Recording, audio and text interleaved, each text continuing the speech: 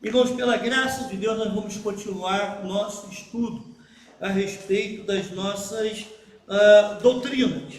Lembrando que esse estudo é uma resposta à tentativa que tem surgido no meio evangélico e especialmente dentro das próprias igrejas batistas, de tentarem mexer nas nossas doutrinas, tentarem flexibilizar algumas questões para, quem sabe, atender o desejo de algumas pessoas, né? Desejos não bíblicos.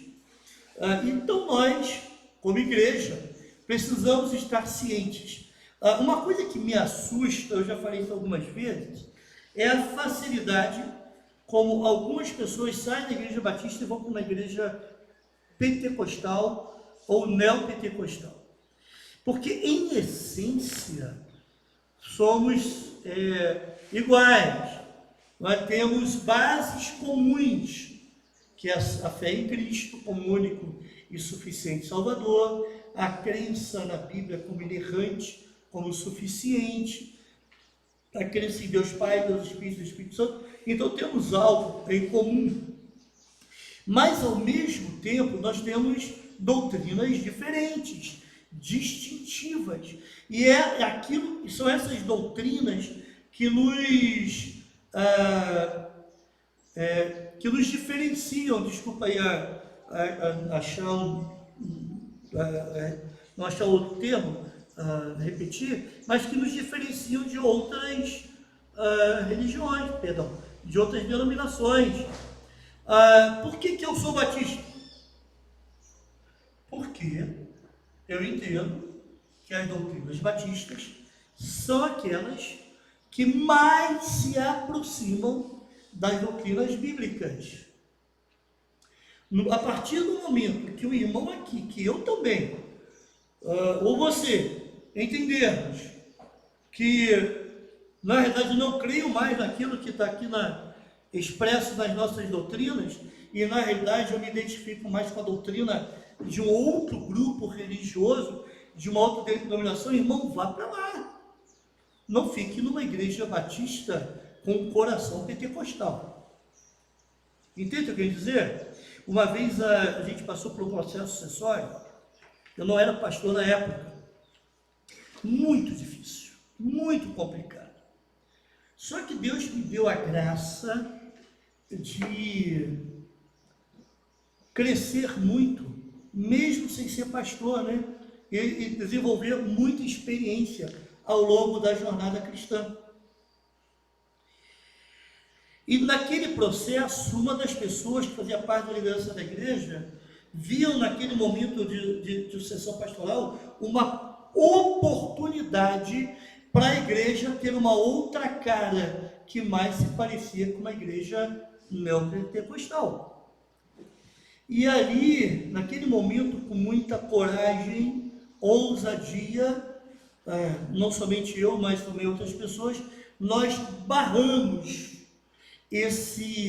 essa tentativa dessa pessoa tentar mudar as características da igreja, para se tornar uma igreja dentro da designação dela, uma igreja renovada, né? Esse termo, não gosto muito de ser ligado à renovação, ser ligado ao neopentecostal, porque na verdade existe uma renovação constante que Deus faz em nós, no nosso coração, é o crescimento, né? Deus vai fazendo isso, mas a igreja renovada é a igreja que mais se parece, dentro dos conceitos atuais, com uma igreja neopentecostal. Então é triste ver alguém dentro de uma igreja batista com um coração pentecostal ou neopentecostal.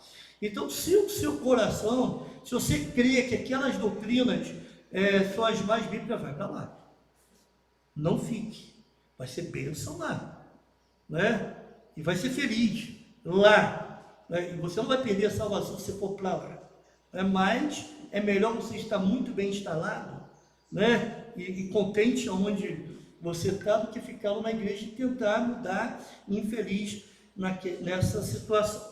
Então nós temos estudado em nossas doutrinas, falando sobre a Bíblia, falando sobre quem é Deus, quem é Jesus, quem é o Espírito Santo, falando sobre o homem no último estudo, né, antropologia, que é a doutrina do homem. E hoje nós vamos falar sobre a martiologia, um nome diferente, né? A martiologia, que nada mais é do que a doutrina do pecado. Então a primeira afirmação que nós temos é o seguinte: no princípio o homem vivia em estado de inocência e mantinha perfeita comunhão com Deus. Olha Gênesis capítulo 2, versículos de 15 a 17. Gênesis 2, 15 a 17 fala assim. Eu vou ler na versão NVI aqui então, tá? O Senhor Deus colocou o homem no jardim do Éden para cuidar dele e cultivá-lo. E o Senhor Deus ordenou ao homem: coma livremente de qualquer árvore do jardim, mas não coma da árvore do conhecimento do que, irmãos? O que está aqui? Do bem e do mal. Porque no dia que dela comer, certamente você morrerá. Então o homem, ele foi criado no estado de inocência. Ele não tinha esse conhecimento do bem e do mal, essa diferenciação com a prática do pecado. Talvez até eu entenda, eu aceite que fosse o conhecimento teórico. Peraí, se Deus disse para ele não conhecer, não comer da árvore, porque ele teria conhecimento do bem e do mal, então, logicamente, aquele ser inteligente, que era Adão e Eva, também, né, seres inteligentes, eles chegaram à conclusão: existe o mal. Concordam comigo? Sim, mas não é o conhecimento prático que veio acontecer mais tarde. Então, o homem, ele foi criado num estado de inocência. Não é? Os dispensacionalistas é uma teoria, uma doutrina, não sei, que foi desenvolvida há alguns anos, século passado, início, por Scofield. Ele quer escrever um comentário da Bíblia e ele fala de dispensação da inocência. Né? Essa doutrina já caiu e muita gente já não abraça muito esse dispensacionalismo, não. Mas que o homem foi criado no estado de inocência, isso foi criado. Mas, seguindo, cedendo à tentação de Satanás, pode seguir um pouco, meu amigo, no ato livre de desobediência contra seu caráter, o homem caiu no pecado e assim perdeu a comunhão com Deus e dele ficou separado. Não é isso que diz Romanos 3:23? Você sabe de cor. Todos pecaram e destituídos estão da glória de Deus. Destituídos, justamente separados de Deus. O homem pecador, longe de Deus, não pensa em glorificar a Deus com a sua vida, né? O homem cedeu ao pecado no ato livre de desobediência e com isso ele perdeu a comunhão com Deus. Ele ficou separado de Deus, né? Que é algo tremendamente triste. Irmãos, Deus conversava com o homem. Eu acho isso muito poético. Na viração do dia, Deus ia lá conversar com o homem, né? Que legal isso. Que legal isso. E ele perdeu esse privilégio dessa comunhão direta com Deus, até que Cristo veio e nos deu esse livre acesso a Deus. Outro aspecto também dessa nossa doutrina chamada martiologia é que, em consequência da queda de nossos primeiros pais, todos temos por natureza pecador, todos temos por natureza, aliás, todos somos, né? Aqui está errado, lá está certo. Todos somos, por natureza, pecadores inclinados à prática do mal. Olha esse texto aí de Efésios, capítulo 2, versículos 1 a 3. O texto de Efésios 2, de 1 a 3, vai falar assim: vocês estavam mortos em suas transgressões e pecados, nas quais costumavam viver, quando seguiam a presente ordem deste mundo, ou seja, seguiam o mundo, não é? E o príncipe do poder do ar, que é o príncipe do poder do ar, irmãos? É o próprio Satanás. E o Espírito agora está atuando nos que vivem na desobediência, ou seja, antes estavam seguindo o mundo, de acordo com o mundo, com as induções do mundo e também com as induções do maligno. Anteriormente, todos nós, aqui é o testemunho, também vivíamos dessa forma, entre eles, satisfazendo as vontades da carne. Todo aquele, melhor dizendo, que só vive para satisfazer a vontade da carne, é uma pessoa que precisa de conversão. Ah, pastor, eu não posso. Por que você não pode, irmão? Ah, pastor, eu tenho que descansar, eu tenho que ter meu lazer, eu tenho que fazer isso, eu vou para uma festa, eu vou para um passeio, eu vou para um encontro e nunca pode. Peraí, cuidado, que você pode estar satisfazendo a vontade da carne. Nunca pode. Irmão, essas coisas não são pecaminosas, mas quando começam a tomar o nosso tempo, que era de Deus, aí se tornam pecaminosas. Eu gostava muito de uma expressão, e aqui adiantando algo que a gente vai ver lá na frente, que falava que domingo é chamado o que no Novo Testamento? O dia do... Pode falar. O dia do... A gente não era essa a expressão para a gente usar? Por que domingo é dia do Senhor? Ah, é o dia mais sagrado da semana?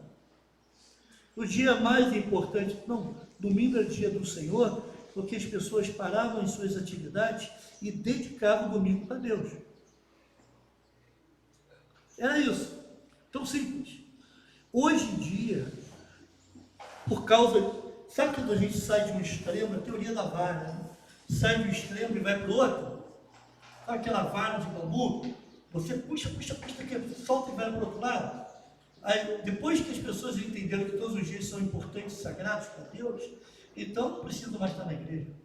Não é isso. Uma coisa não desfez a outra. Irmãos, o que eu quero dizer?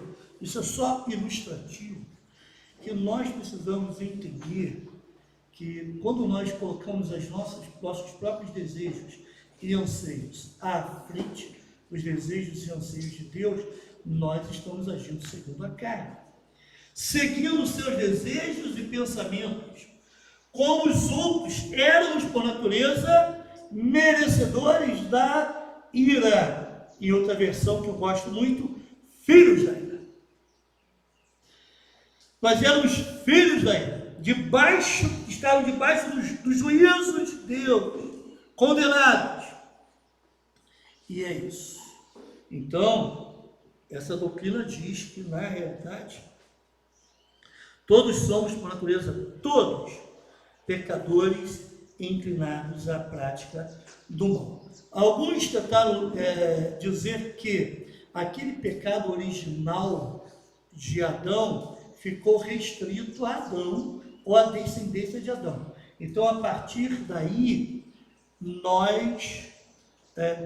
todo ser humano nasce puro, nasce sem pecado. Isso é um problema, não é? Isso é um problema. Isso trouxe vários erros ao longo da história. Não é isso que a Bíblia nos ensina. Seguindo mais um pouco, todo pecado é cometido contra Deus, sua pessoa, sua vontade e sua lei. Ok, é o Salmo 51, 4, né? Salmo 51, versículo 4. Você sabe qual? Contra ti, pode colocar, tá? Mas contra ti somente pequei. Nem isso que Davi diz nesse salmo, o nosso pecado é contra Deus, contra a vontade de Deus, contra a pessoa de Deus, contra ti, só contra ti pequei e fiz o que tu reprovas, de modo que justa é a tua sentença e tens razão em condenar-me, porque todo pecado é contra Deus e Deus não vai deixar o pecado impune. Faz parte da natureza santa e justa de Deus condenar o pecado. Aí, meu querido, a gente já derruba aquela doutrina universalista, né? De que todos vão ter, se todos pecaram, então todos estão debaixo da condenação. Então nem todos serão salvos, só aqueles que crerem em Cristo. Mas essa salvação a gente vai ver numa outra vez. Seguindo um pouco mais, mas o mal praticado pelo homem atinge também o seu próximo. Veja comigo lá 1 Coríntios capítulo 8, versículo 12. Esse texto é muito interessante, porque ele guia as nossas decisões. Quando você peca contra seus irmãos dessa maneira, ferindo a consciência fraca deles, peca contra Cristo. Peraí, nós pecamos contra o irmão e pecamos contra Cristo. Aqui, meu querido, está dizendo de comer carne sacrificada a ídolos.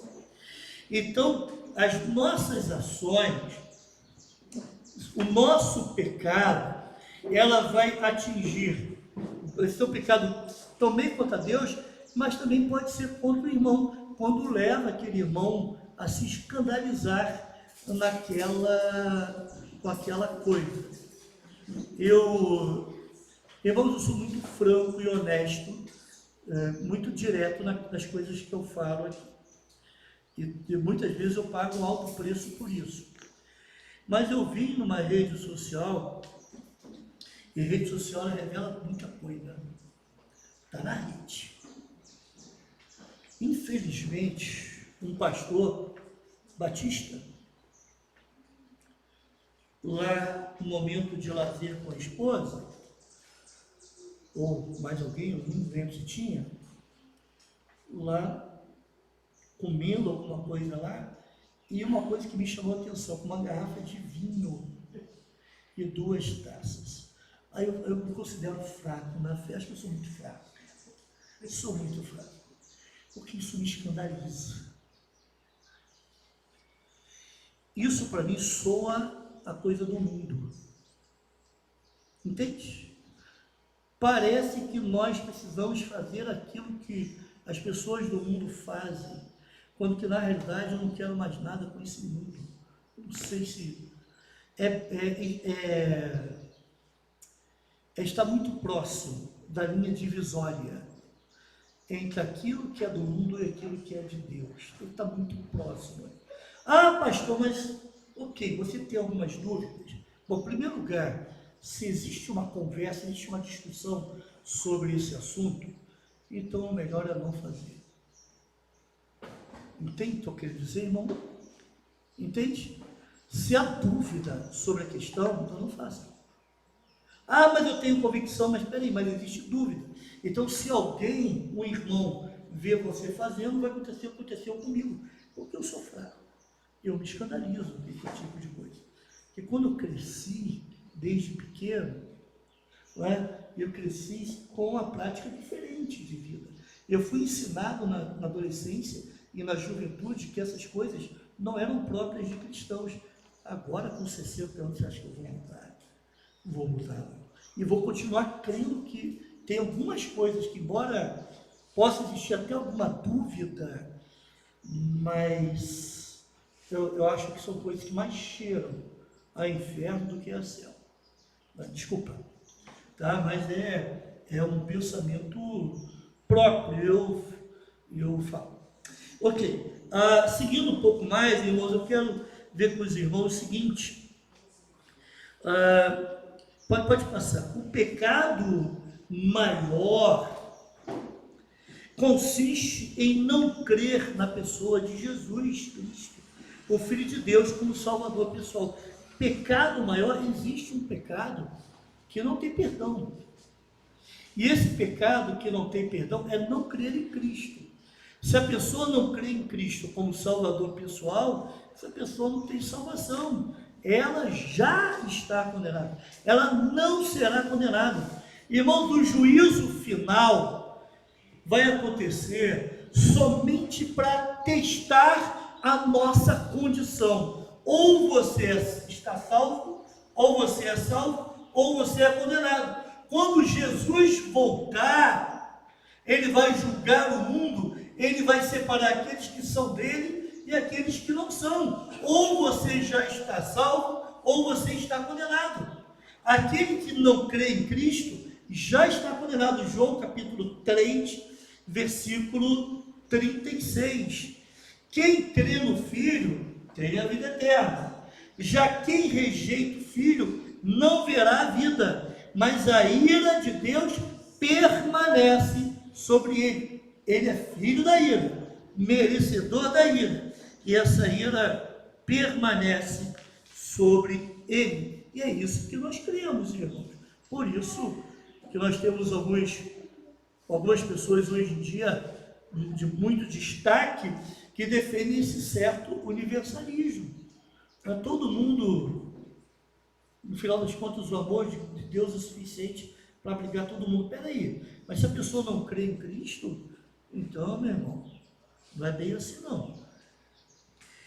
Pode seguir, como resultado do pecado, da incredulidade e da desobediência do homem contra Deus, ele está sujeito à morte e à condenação eterna, além de se tornar inimigo do próximo e da própria criação de Deus. Olha comigo, Romanos 5, de 12 a 19. É um texto relativamente longo, mas esclarecedor.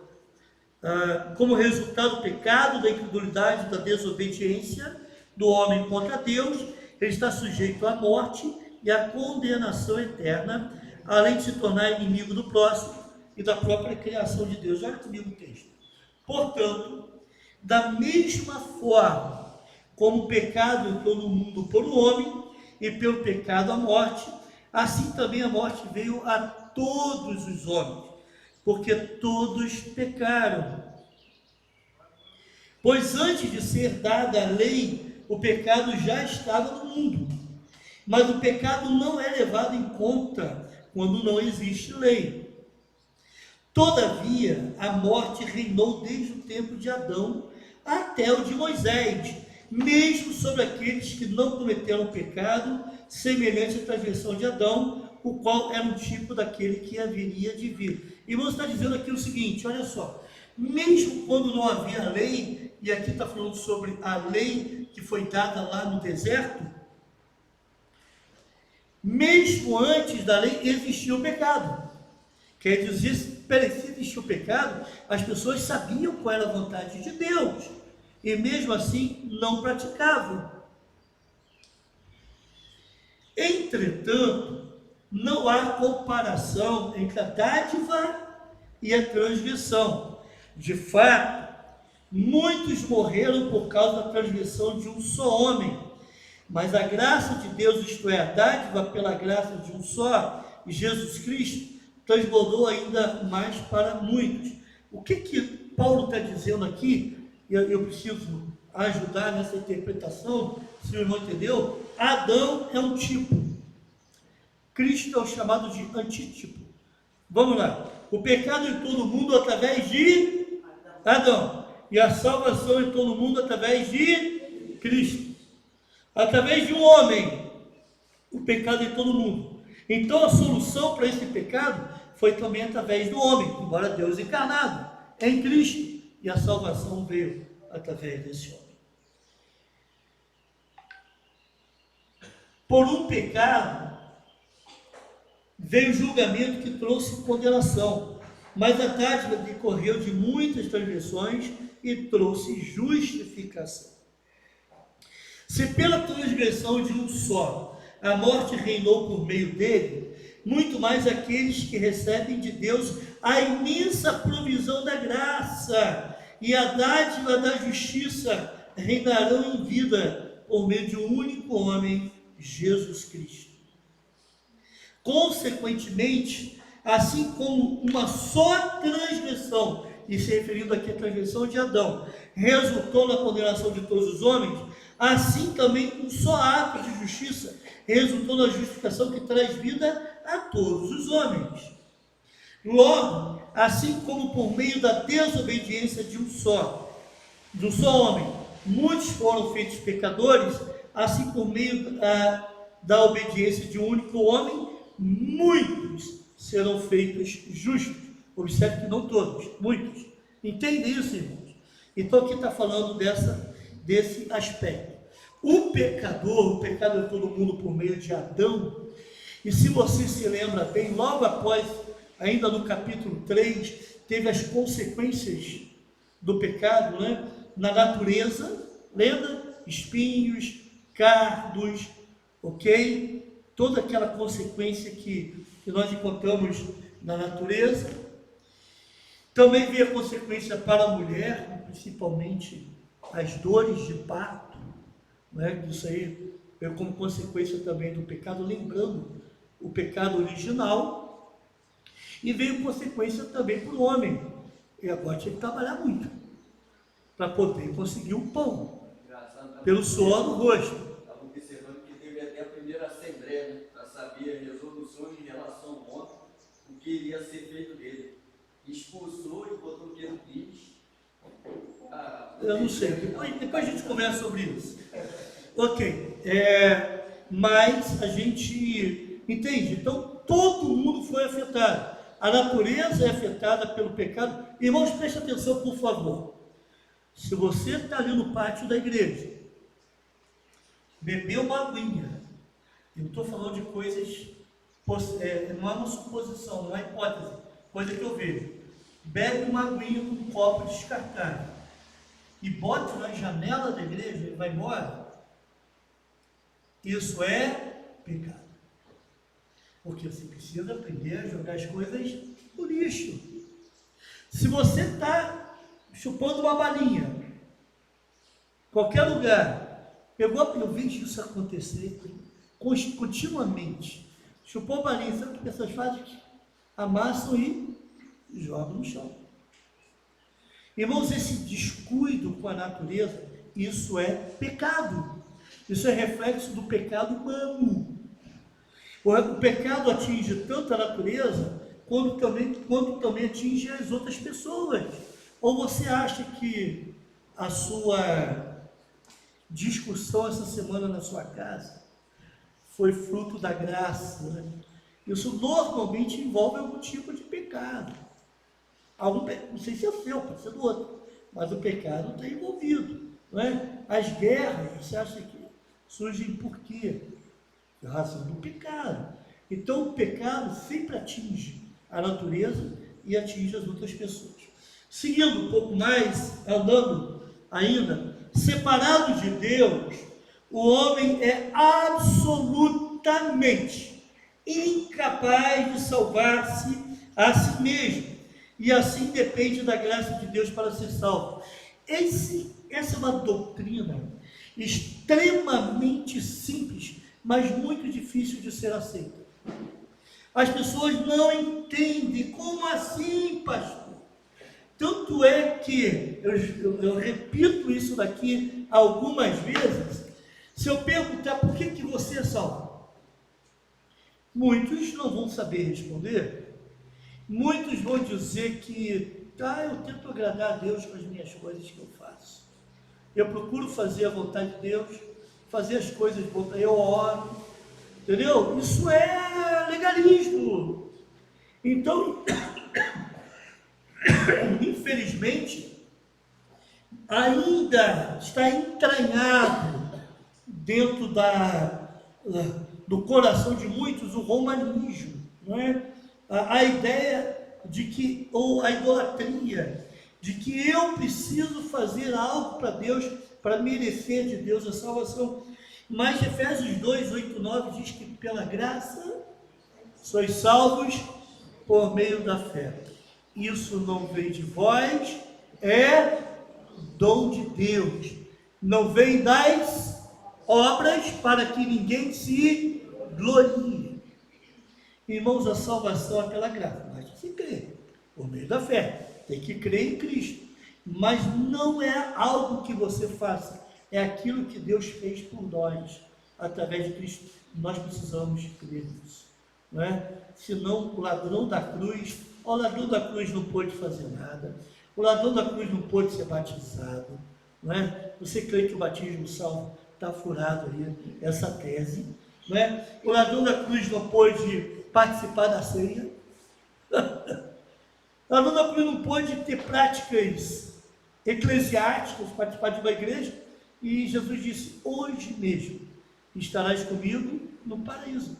Que ele creu em Cristo, e ao crer em Cristo, pela graça de Deus, ele foi salvo. Tem mais, esse é o último, né? Acho que esse foi o último, né? Ok. Irmãos, essa é a doutrina básica do pecado que nós cremos, a martiologia. Até aqui existem diferenças entre igrejas e igrejas. Preste atenção, por favor, nesses 2 minutos que eu gostaria que estão nos restando, preste atenção. Pela graça sois salvos, beleza? Isso não vem de vós. Então, não é nada que eu faça que me dá salvação, entende isso? Mas também, por outro lado, não é nada que eu faça que vai me tirar a salvação.